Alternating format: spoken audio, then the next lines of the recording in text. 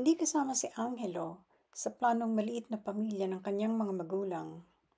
Para sa mga iyon, gusto na ang dalawang anak, si Gretel, 7 taong gulang, at si Roselier, mag-aapat naman. May dahilan ng magsawang ilustre.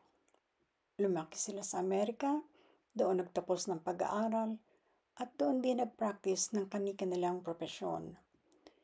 Music teacher si Mrs. Ilustre, doktor si Mr. Sa Amerika, namulat ang mag-asawa sa bentahe ng maliit na pamilya. Hindi lamang nabibigyan ng material na ginhawa ang mga bata, na pagkakalooban din sila ng sapat na atensyon at pagmamahal. Kaya nang isilang si Roselier, nagkasundo ang mag-asawang guro at doktor na hindi na sila mag-anak pa. Wala rin silang balak noon na magbalik pa sa Pilipinas. Matagal ng green card holders ang mag-asawa. Sina Gretel at Roselier, komo doon isinilang, ay parehong American citizens. Ngunit nagbago ang balak na iyon. Kasamang inihabla si Dr. Ilustre ng mga inulila ng isang pasyenteng namatay habang nasa operating table. Hindi si Dr. Ilustre ang chief surgeon sa operasyong iyon. Umasiste lamang siya. Gayunman ay hindi niya iyon nalusutan. At ang naging resulta, nagbayad siya, katulong ang kumpanya ng seguro ng kung ilang daang libong dolyar. Tinanggalan din siya ng lisensya para makapanggamot. Dahil sa naturang medical malpractice suit, nasira ang reputasyon ni Dr. Ilustre at naghirap silang mag-anak. Kaya nagpasya ang mag-asawa na bumalik na lamang sa sariling bansa. Labis silang nadismaya sa kalupitan ng hatol ng hukuman. Madali naman silang nakabangon sa sariling bansa. Nagtrabaho si Mr. Ilustre. Inalis na nito ang titulong doktor sa Palermo Pharmaceuticals bilang medical representative. Si Mrs. Ilustre ay tumanggap ng mga estudyante sa bahay para sa pribadong piano lessons. Patungo na sa muling pagtatag ang kanilang kabuhayan. Nasa puntong panatag na sila sa buhay ng magdalang tao si Mrs. Ilustre. Sumablay ang ginagamit nitong pagkontrol sa pagbubuntis, ang rhythm method. Paano yan, di? Tanong niya sa Mr. Daddy at Mommy kung magtawagan ang mag-asawa. Itutuloy ko ba ito? Hanggang 2 lang ang plano nating anak.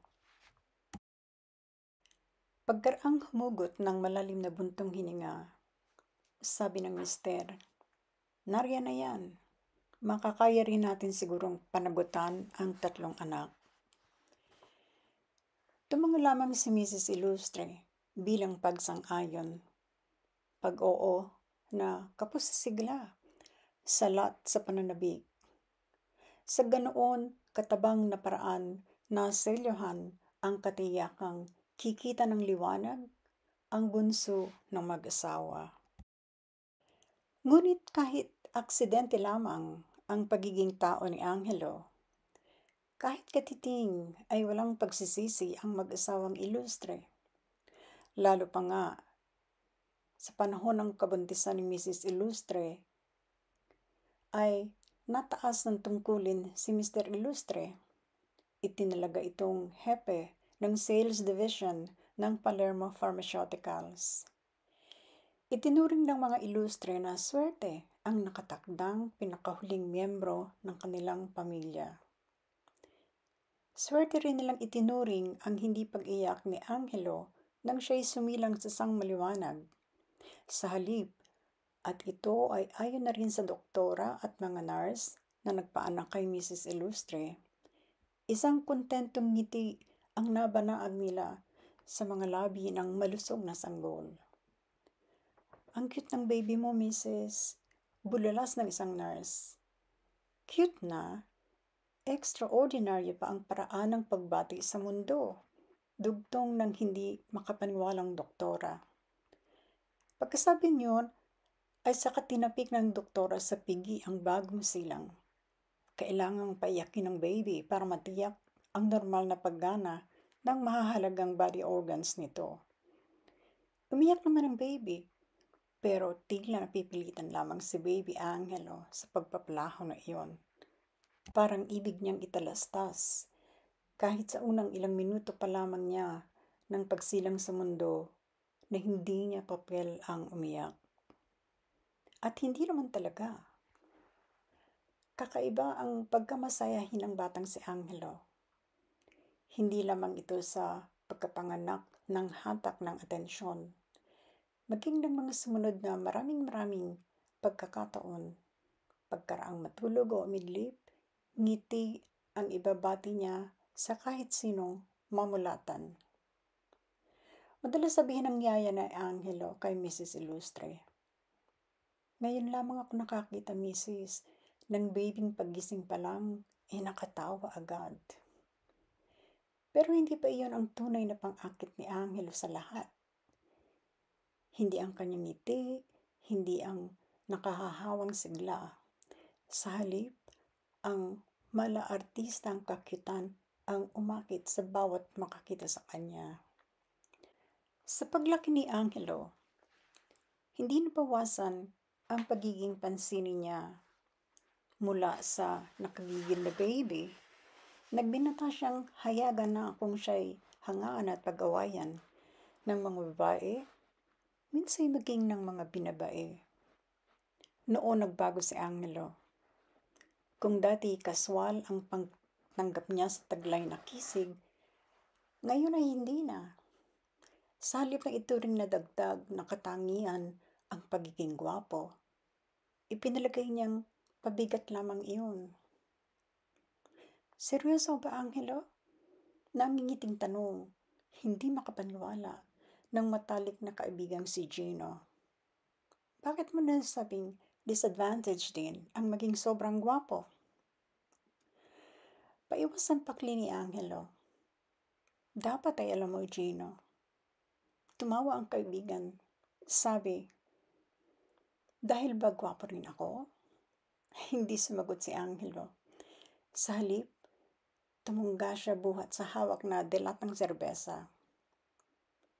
Nasa bar silang magkaibigan ng kabubukas na restaurant sa Ortigas Center. Galing si Angelo sa opisina sa Mandaluyong. Si Gino sa huling klase sa Asian Institute of Management. Sabi uli ni Gino, "Of course, nasabi na sa akin ni mama at ng girlfriend ko na may hitsura rin ako. Pero aminado ako, oras na magkatabi tayo, pumapangit akong bigla." "Sobra ka naman, Gino. You're not bad looking.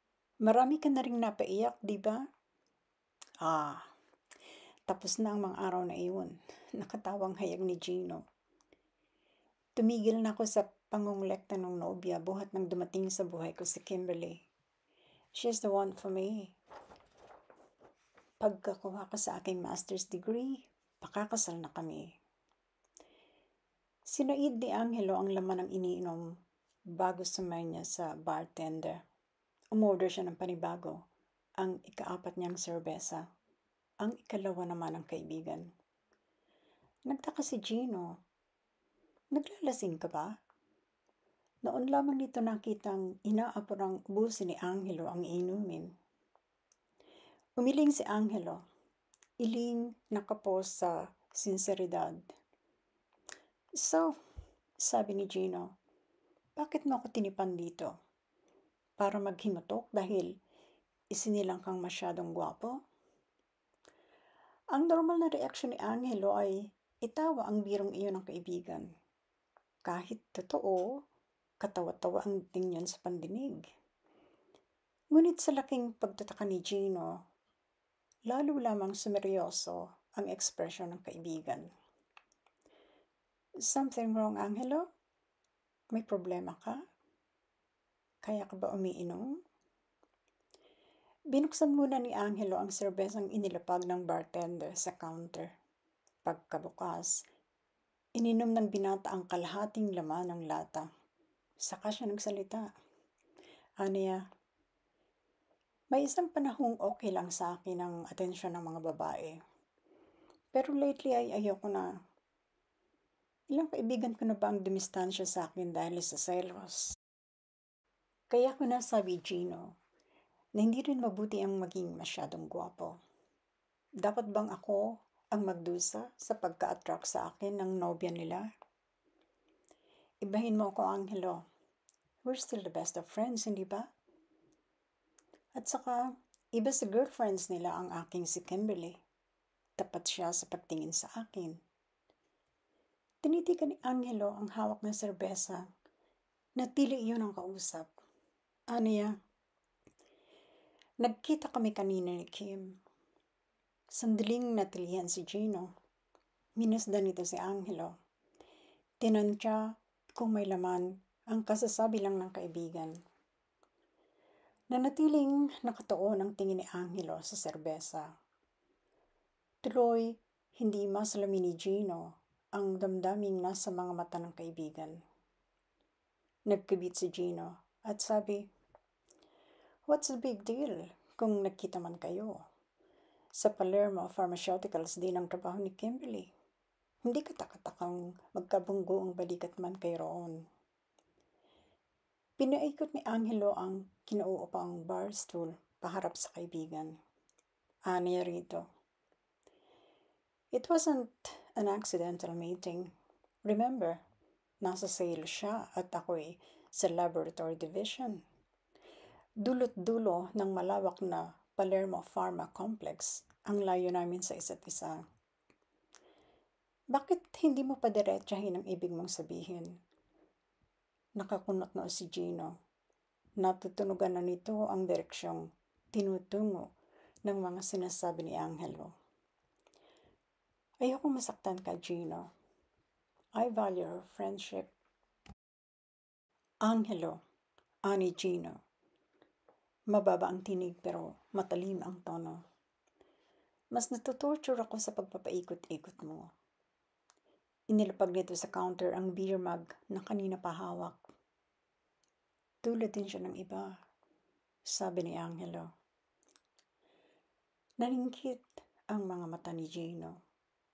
Sabi, "Tulad ng ibang paano?" Tuwid na sinalubong ni Angelo ang mga mata ni Gino. Saka itinanong, "Ibig mong marinig ang detalye? Gusto mo talaga ng torture?" Hindi umimik si Gino, pero halata ang paglalatang ng puot sa dibdib nito. "Paanas," ani Angelo. May reddish birthmark si Kim sa gilid ng kanan niyang dibdib. Akmang tutunggain ng binata ang nalalabing serbesa. Pero bago niya iyon magawa, naunang kumonekta sa panga ni Angelo ang kamao ni Gino. Mahilo-hilong natumba sa pagkakaupo ang medyo lasing ng si Angelo. Pabalandra siyang bumagsak sa sahig. Nagkagulo sa bar. Nagmumura sa pagkasuklam na iniwan si Angelo ni Gino. Batid ng binata, wasak na ang pagiging magkaibigan nila nito dahil sa babae. Dahil kay Kimberly na matagal-tagal na rin siyang pinepeste sa telepono at kinukulit sa harapan. Nagmamakaawa na ibigan niya kahit kaunti. At kanina'y umabot sa sukdulan ang panunukso kay Angelo ng nobya ng kaibigan. Nasa private office sila ng binata. Oras ng pananghalian. Nag-imbento ng mababaw na dahilan si Kim upang mapasyalan siya nito roon. Ang babae pa mismo ang nagkandado sa pinto ng silid. Alam kaagad ni Angelo ang nasa isip nito. Paismid, aniya. "Ganyan ka ba kadesperada, Kim?" "Yes." Mabilis nitong sagot. "Hindi pa ba obvious o baka manhid ka lang talaga?" "Hindi ako manhid, Kim. Hindi lamang ako interesado. You're my best friend's girl. He's madly in love with you. Huwag mong baliwalain ang pagtingin niya sa'yo. Parang walang narinig si Kimberly. At bago ito mapigilan ni Angelo, naalis na nito sa pagkakabotones ang suot na mini dress. May kapatong ternong blazer ang naturang bestida. Hindi ka ba interesado rito, Angelo? Walang suot na pang-itaas na panloob si Kimberly. Napalunok si Angelo. Noon niya nakita ang mamlumulang balat sa gilid sa gawing ilalim ng kanan nitong dibdib. Halika, Angelo. Baliw ka kung inaakala mong papatulan kita. Matigas na deklara ni Angelo. Pagsabi niyo, mabilis niyang nilayasan sa silid ang nobya ng kaibigan. Mula roon, nagtuloy si Angelo sa kantina. Tinawagan niya si Gino. Tinipan niya ang kaibigan sa bar ng bagong bukas na restaurant sa Ortigas. Masakit man sa kalooban, kailang ipaalam ni Angelo sa kaibigan kung anong klase ang babaeng balak nitong pakasalan. Ang nawala sa isip ni Angelo ng mga sandaling tinitipan si Gino ay ang posibilidad ng pagkakasira nilang magkaibigan na siyang nang nangyari. At dahil lamang sa babaeng labis na nasilaw sa ganda niyang lalaki. Malaki ang ipinagbago ni Angelo buhat noon. Naging palaiwas siya sa mga kaibigan at hindi na nagsasama sa lakad ng mga iyon. Hindi na rin siya ang dating palabati at masayahing binata, lalo sa mga babae. Ayaw niyang tumalastas ang impresyong nagpapakute siya sa kanyang pagngiti-ngiti. Ayaw niyang isipin ng mga namimit na babae na handa siya kahit sa kaswal na usapan. Sinarha ni Angelo sa madaling salita ang pinto ng kanyang puso sa mga babae. Pakiramdam niya, wala siyang matatagpuang magmamahal sa kanya nang hindi dahil sa kisig niya. Pero pakiramdam iyon na tiyak ang magbabago oras na makatagpo niya si Tanya Buenasuerte.